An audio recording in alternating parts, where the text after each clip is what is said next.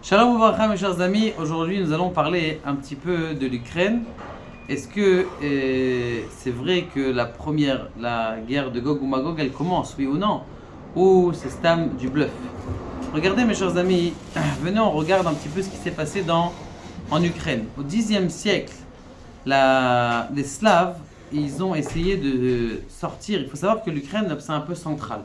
C'est un peu central. C'est un pays qui est extraordinairement beau. Pourquoi? Parce qu'il y a là-bas plus de 100 mammifères, des fleurs qu'il n'y a pas dans d'autres pays. Il y a des ruisseaux, des rivières. Et c'est pour ça que notre cher Poutine veut absolument en plus, c'est proche de la mer là-bas. Et donc, c'est un débouché sur la mer. Donc, c'est la raison pour laquelle c'est un endroit qui est Maintenant, est-ce que, Bémet, il y a à l'époque, au début des générations, est-ce qu'il y a vraiment des gens qui sont nés là-bas? D'où est-ce que ça vient, ce pays? Eh bien, regardez, au Xe siècle, il y a fait une culture slave qui a instauré entre Kiev et Russes. C'était Kiev et les Russes qui ont commencé à mettre là-bas une sorte, un pays. Maintenant, au XIIIe siècle, il y a eu la Mongolie qui est venue, qui s'est battue contre la Pologne, et les deux, ils se sont partagés le pays. Au XIVe siècle, c'est la Lituanie qui a conquis la Pologne et c'est eux qui ont pris ce pays. Au XVe siècle, la majorité de la population elle a été décimée. Pourquoi? Deux choses. Un, parce qu'il y avait une grande épidémie qui a décimé la majorité de la population. Et au XVIe siècle, il y a eu et parce qu'il y a eu la famine.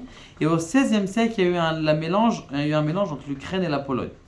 Donc là, c'est arrivé au XVIIe siècle. Là, vous allez un petit peu reconnaître, c'est les Cosaques qui étaient là-bas.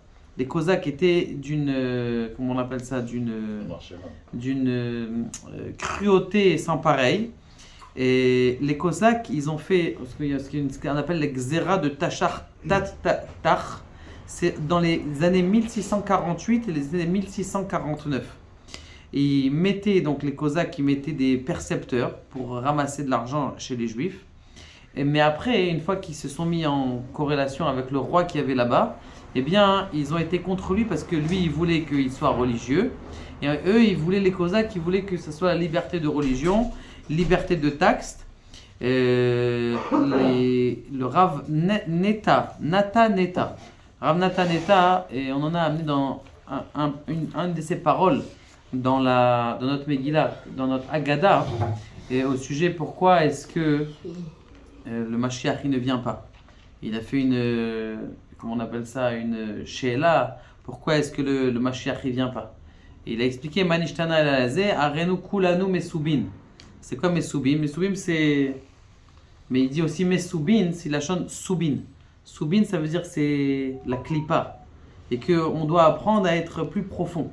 C'est ça qu'il voulait dire là-bas. Regardez un peu dans la Haggadah. Mais ça veut dire, Soubin, ce qu'on doit apprendre dans la Galoute, c'est la modestie. Soubin, c'est quelque chose qui n'est pas très important dans le blé. Maintenant, il a dit comme ça.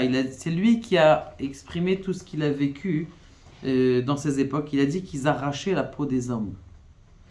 Et il coupait les mains des gens et les pieds des gens. Il les laissait comme ça. Et il donnait leur chair à manger aux chiens. Il raconte, c'est vraiment un livre catastrophique. Il dit, il tapait les hommes, ça veut dire d'une façon catastrophique, mais il les laissait pas mourir. Il les tuait pas. Il les laissait comme ça mourir longtemps. Des morts atroces comme ça. Et Bichal, il y en a qui ces Cosaques, ils enterraient les gens vivants. C'était des xérotes qui étaient catastrophiques. Les Juifs, à cette époque-là, c'était à peu près comme ça, l'époque du Baal Shem Tov, après Baal Shem Tov, ils disaient ça y est, c'est le moment du Mashiach. Le Mashiach est arrivé. Ils pensaient que le Mashiach, ça y est, il était arrivé. Mais il dit le Shach. Le Shach, vous savez, c'est le commentateur sur le Shulchan Aruch. Il dit qu'il y a eu, dans ces périodes-là, plus de 670 000 hommes qui sont morts. Et dans les autres villes, comme Kamenets, c'est la Podotsk, c'est des villes où les Juifs, ils se sont mêlés, entre guillemets, avec l'armée d'Ukraine pour se battre contre ces Cosaques-là. Mais en fin de compte, qu'est-ce qu'ils ont fait? Une fois qu'ils les ont utilisés pour se battre, ils les ont pris et ils les ont eux-mêmes tués. Ça veut dire qu'ils se sont retournés contre eux. Et au XVIIIe siècle, l'Empire russe, c'est elle qui a commencé à dominer. Et elle a une séparation avec la Turquie, la Pologne et l'Autriche et la Roumanie. Donc c'était un pays qui était séparé en 4.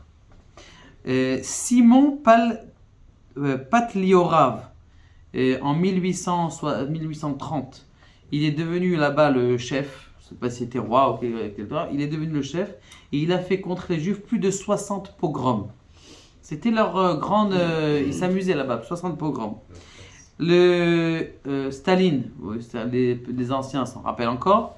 Staline est arrivé, il a fait en Ukraine et en Russie, il a fait plus de 7 millions, il a fait une vraie famine, il a fabriqué une famine, que les gens y meurent. Il y a eu 7 millions d'Ukrainiens qui sont morts.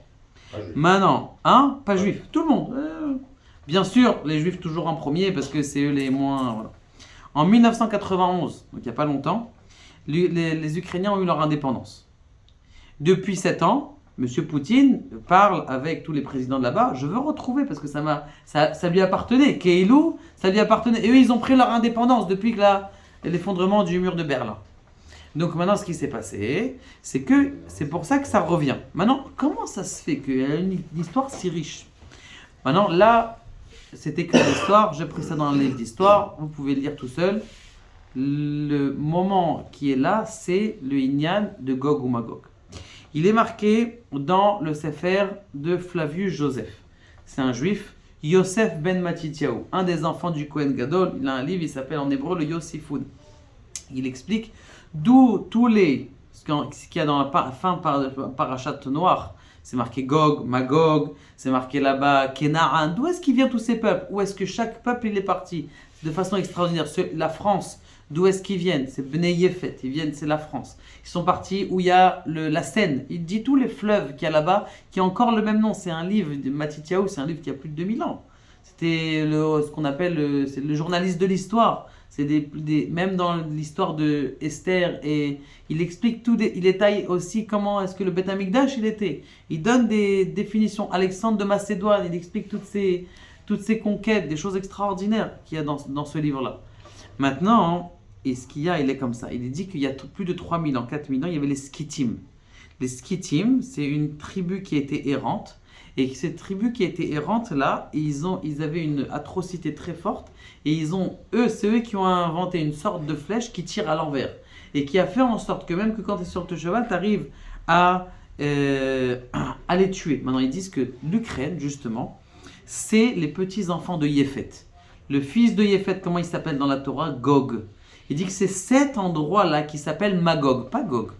Magog, il y a Gog ou Magog, d'accord? C'est cet endroit, c'est l'Ukraine. Mais en vérité, c'était des tribus qui se sont installées là-bas parce que c'est une belle plaine, bien place. Et c'était pas des gens qui étaient, on est là-bas, on est né là-bas. C'était une tribu qui était venue, qui était passée, qui se sont battus contre les Romains. Des sortes de vikings comme ça, des gros, et qui se sont installés là-bas et qui ont tué beaucoup de juifs au fur et à mesure. C'est eux d'ailleurs qui ont inventé le pantalon. Agave. Parce que comme le cheval, avant ils avaient tous des djellabiyas. Donc sur le cheval, c'est pas très à l'aise, ta peau qui touche toujours le cheval. Donc là, ce qu'ils ont fait, c'est eux qui ont inventé le pantalon. Et il dit que c'est ça, Magog. Maintenant, ce qui est très rigolo, c'est que regardez les deux présidents. Les deux, ils s'appellent Vladimir. Et là, Gog ou Magog, c'est deux noms qui se ressemblent aussi. Donc, Be'ezrat Hashem, si nous on fait tchouva, on a une grande possibilité que Béhémet, le Mashiach, il est censé venir maintenant. Si on fait tchouva, Béhémet, parce que c'est En Israël Nigalim, et là, Betchouva, on peut avoir une troisième guerre mondiale et c'est pas fini.